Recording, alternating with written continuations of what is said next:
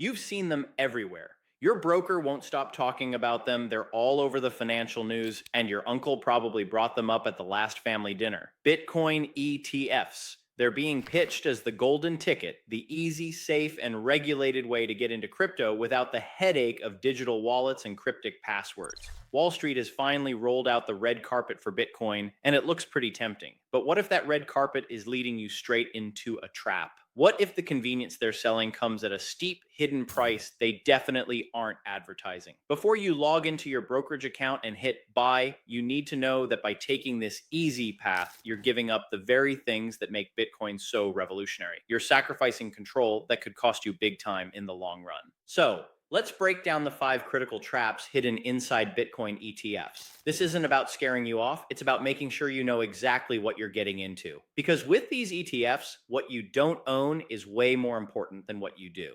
The first and biggest trap is the illusion of ownership. Let's be crystal clear. When you buy a share of a Bitcoin ETF, you do not own any Bitcoin, not a single Satoshi. What you own is a share in a fund, a piece of paper in your brokerage account that promises to track Bitcoin's price. It's an IOU from Wall Street. Think of it like owning a certified high resolution photograph of a gold bar. You can look at it, you can track its value, you can even sell the photo, but you can't take it to a jeweler. You can't melt it down. You can't use it. You have exposure to the price of gold, but none of the power of the actual metal. It's the exact same thing with a Bitcoin ETF. You can't use your ETF shares to buy a coffee, send them to a friend without a broker, or participate in the decentralized finance DeFi world. And you most certainly can't hold them yourself. You're completely disconnected from the Bitcoin network. The whole point of Bitcoin, to be a peer-to-peer electronic cash system you control, is gone. You're just left with a ticker symbol on a screen. The trap is paying for the convenience of not actually owning the asset. This all comes down to a famous phrase in the crypto world, and you need to burn it into your brain. Not your keys, not your crypto. With an ETF, the keys always belong to someone else. The second trap is something they sell you as a feature: safety and security. They say it's safe because it's regulated and managed by huge firms. But this brings back a sneaky risk that holding your own Bitcoin was designed to eliminate: counterparty risk. When you hold your own Bitcoin, you are the only point of failure. When you buy an ETF, you're trusting a long chain of middlemen. First, the fund provider, like BlackRock or Fidelity. Then, you're trusting the custodian they hire to actually hold the Bitcoin. For many of the largest ETFs, that custodian is Coinbase. This creates a massive concentration of assets with a handful of companies, which has been identified as a potential risk. As of late 2025, the total assets in Bitcoin ETFs have swelled to over $130 billion.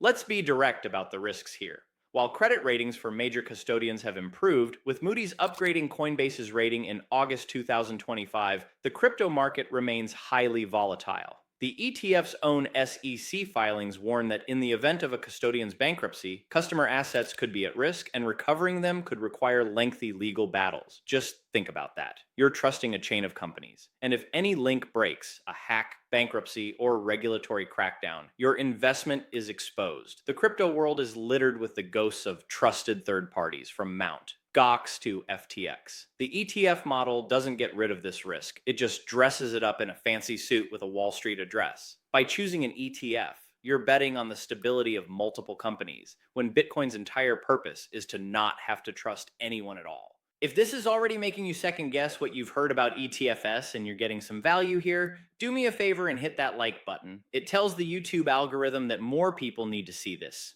The third trap is the slow, methodical drain on your wealth: the fees. ETF providers love to boast about how easy it is to trade their products, often with zero commission. But the real cost isn't in the buying and selling, it's in the holding. Every single Bitcoin ETF has an annual management fee, or expense ratio. These can range from around 0.2% to over 1.5%. They get deducted from your investment every single year, whether Bitcoin's price is soaring or crashing. Now, a fee like 0.25% might sound like nothing. Insignificant, right? Wrong. That's the genius of the trap. It's death by 1,000 cuts. Let's say you invest $10,000. That's $25 a year. But hold it for 20 years, especially if your investment grows and that fee starts compounding against you. It's a guaranteed payday for Wall Street, skimmed right off the top of your portfolio. It's a wealth transfer from you to them for the privilege of holding a paper claim to an asset you could own yourself. When you buy and hold your own Bitcoin, after the initial transaction fees, the cost to hold it is essentially zero. There are no management fees. No one is reaching into your digital pocket each year to take a slice. The ETF fee is the subscription cost for convenience.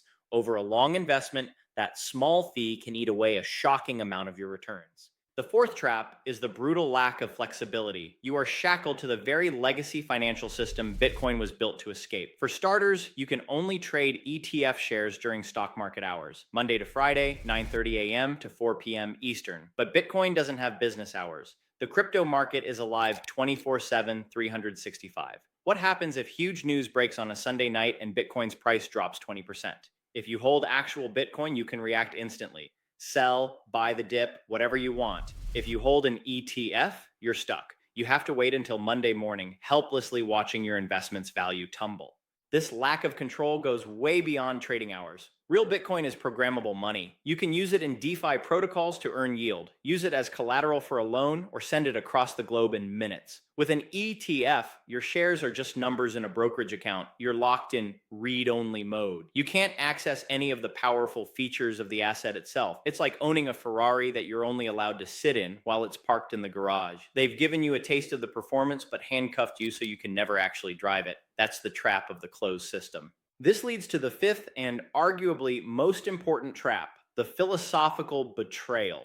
To get this, you have to ask why Bitcoin was even created. Bitcoin was born from the ashes of the 2008 financial crisis. It was a direct answer to a failing system built on big banks, central planners, and too big to fail institutions that proved they couldn't be trusted. It was designed to be decentralized, censorship-resistant, self-sovereign money that no government or corporation could control. Its entire soul is about cutting out the middlemen. So what does the Bitcoin ETF do? It painstakingly reintroduces every single one of those middlemen. It takes this revolutionary, decentralized asset and shoves it right back into the old, broken, centralized system it was meant to fix. It wraps Bitcoin in layers of custodians, fund managers, and stock exchanges. It turns a peer-to-peer network into a product sold by the very Wall Street giants it was created to make obsolete. Buying a Bitcoin ETF isn't just a financial choice, it's a vote. It's a vote for the old system of control. It's telling the world you prefer the comfort of a cage to the responsibility of freedom. Holding your own keys, on the other hand, is a vote for something new. It's a vote for self-sovereignty, financial independence, and the core ideas that give Bitcoin its real, lasting value. The ultimate trap is that the ETF convinces you to invest in Bitcoin while simultaneously undermining everything that makes it important. So, let's recap the traps. 1. You get a paper promise, not the actual asset. 2. You're exposed to a chain of corporate risks that Bitcoin was designed to avoid. 3. Your gains are slowly eaten away by a lifetime of fees. 4. You're handcuffed to a rigid old school system with no utility. And 5. You're participating in a model that betrays the very reason Bitcoin exists. Now, does this mean Bitcoin ETFs are completely useless? Not for everyone. For some, they're a workaround to get price exposure in restrictive accounts like a 401k where direct ownership is impossible. They have also helped bring a lot of new attention to the space, but they are a massive compromise. They're a trap if you buy them thinking they're a substitute for the real deal. They are Wall Street's attempt to tame a wild technology, to package it, sanitize it, and sell you a watered down version while they take their cut. Recent rule changes allowing for in-kind redemptions may make them a bit more efficient, but they don't change the fundamental issue of ownership. For me, the choice is obvious. The real power of Bitcoin isn't its price ticker, it's the sovereignty it gives you. Yes, it requires more learning, it demands more responsibility, but the freedom and control you get in return are priceless. Don't let them sell you the convenience of the cage. Understand what you're really giving up. If this discussion opened your eyes, make sure you subscribe and hit the bell so you don't miss our next videos, where we'll show you exactly how to take control of your crypto safely. Drop a comment below with your biggest question about self-custody. Stay informed and stay sovereign.